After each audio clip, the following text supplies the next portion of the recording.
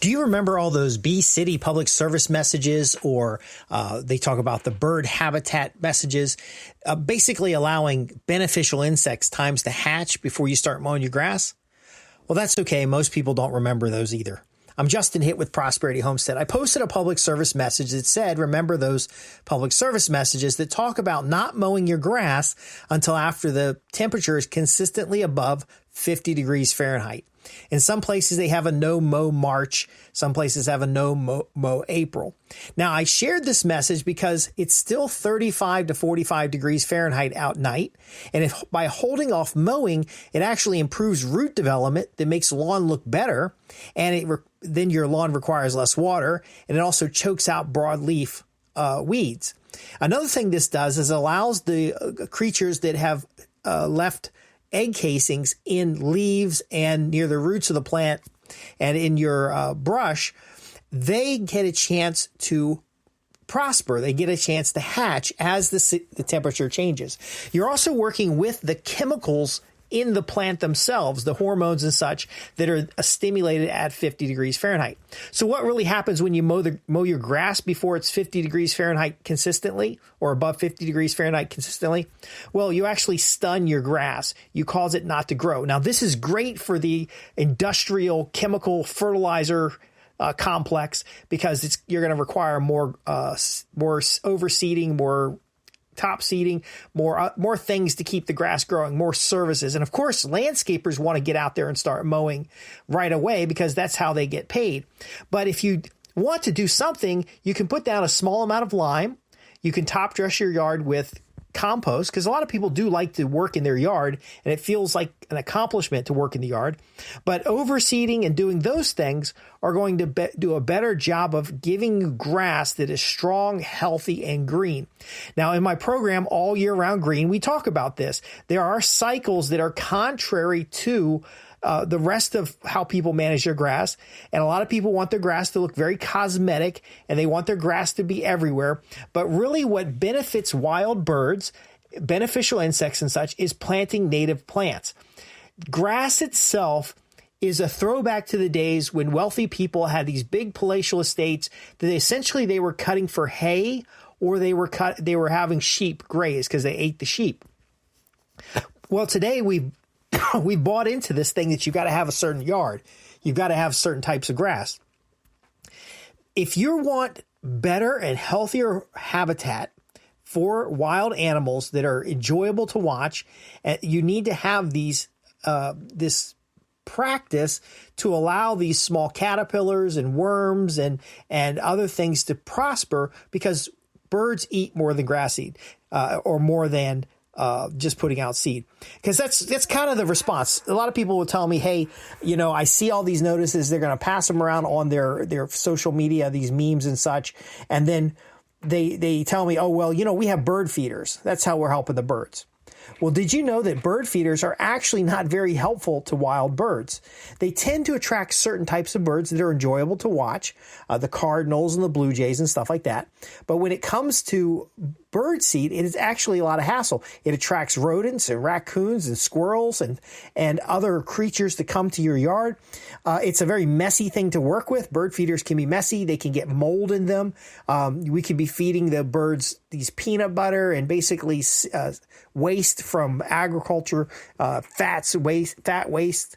It's not really healthy for the birds themselves. See, birds don't really have teeth. They gotta crush stuff up, and while they're getting that extra protein off of the peanut butter, for example, they're also being attracted to a single location and crapping all over your yard or crapping all over your car.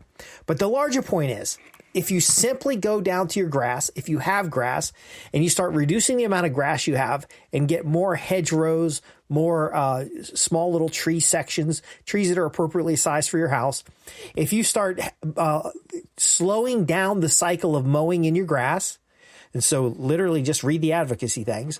I know landscapers are ready to mow, but if you want to take care of your investment in a quality lawn, then Wait till the temperatures are above 50 degrees Fahrenheit.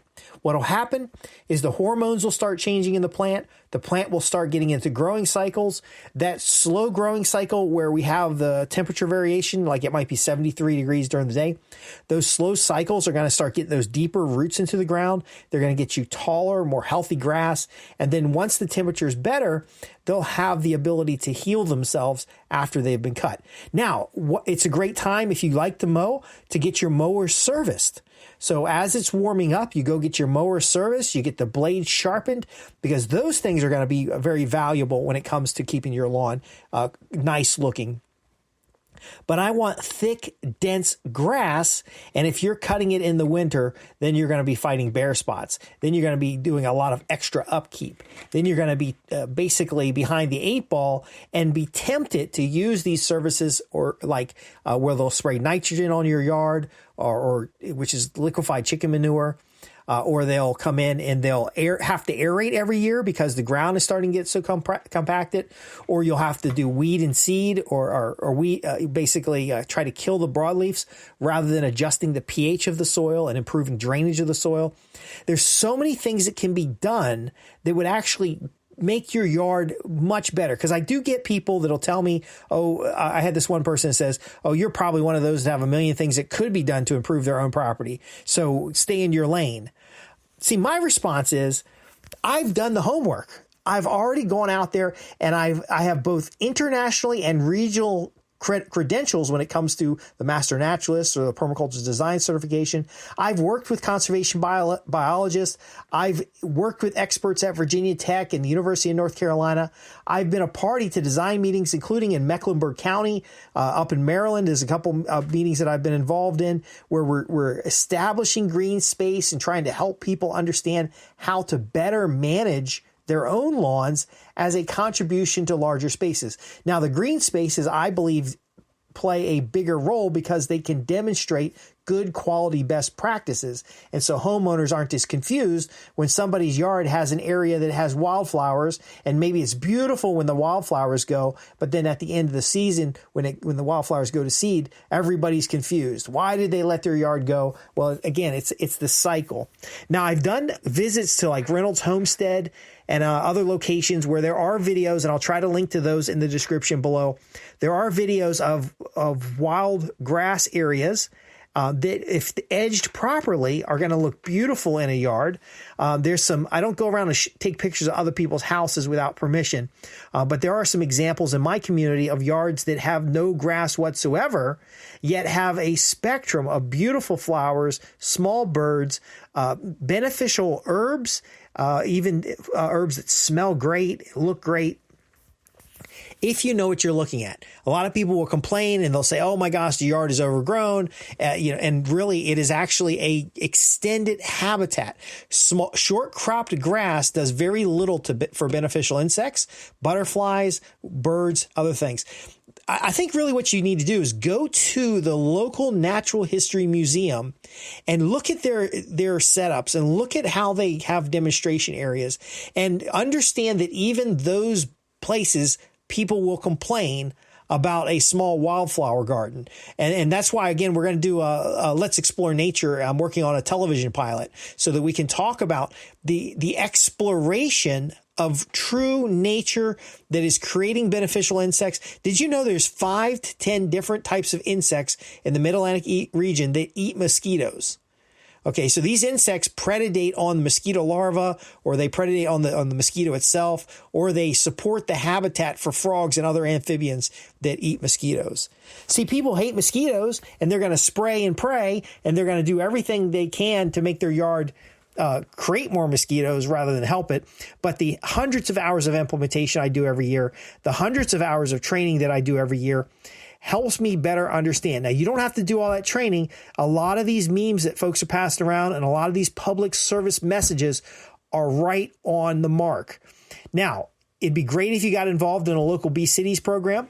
It'd be great if you got involved in bird watching or bird counts or any citizen science projects.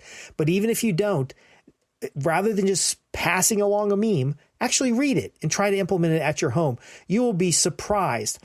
there are probably millions of things that I could do on my property to make it more friendly to beneficial insects, to deer, to, a lot of people complain about deer damage. Well, let's create some deer habitat away from the house so that the deer just stay away from the house. But again, I could be a complete idiot. Maybe I don't know what I'm talking about, but I do tell you that there's different wildlife groups, and I'll include a few links below. There's definitely greenscape projects that are going on that are really on the money. Your local master naturalist program, or if you want to get a permaculture design certification, those programs will teach you how to make these things work in a way that you're actually creating less work for your family and more experience. So if you enjoy watching birds, if you enjoy not getting stung by mosquitoes or having wasps all around your house, there are natural ways to be a good steward of your environment rather than to be fearful of it and run towards a chemical or commercial type of solution that tends to really push spray and pray, really push some mechanical solution, really push this very expensive thing you have to do in order to conform or fit into a societal area. Folks, if you want to have a better lifestyle, healthier environment, more enjoyable, beneficial insects and wildlife, then pay close attention and give these things a try. Not everybody's going to be happy because, again, I know landscapers want to mow, but there are great landscapers out there who are willing to wait because they know that once you have a garden environment or you have higher value trees or you have that look that comes with really thick green grass that's consistent, or even and a lot of times we blend multiple types of grass into an area so it has consistent density, whether it's in the shade or in the sun, and there's no special treatments or anything. It's just understanding how grass grows. Anyway, I'm Justin Hitt with Prosperity Homestead. If you have questions about what we covered today, or even comments, there should be a place below you can leave those, or you can visit www.prosperityhomestead.org. Do you agree? Following these memes, do they really work? I'll tell you, yes, they do, but it often means being more patient and slowing down with nature, understanding the seasons and the cycles, and then understanding the appropriateness of application onto your lawn, or the elimination of your lawn altogether, because we waste hundreds of millions of dollars a year on resources going to non-agricultural crops. I'll just leave it there because I've covered this quite a bit. Thanks for listening. We're here to help you start your small farm or homestead, help you create an environment that's like a Garden of Eden that provides for you and provides you health and good nutrition and provides to you relaxation and success. Thanks for listening. Again, visit us at www.prosperityhomestead.org, where we have a free newsletter, and you can, of course, ask questions, and I'll see those before I'll see the comments. Thanks for watching. I'll see you in the next one.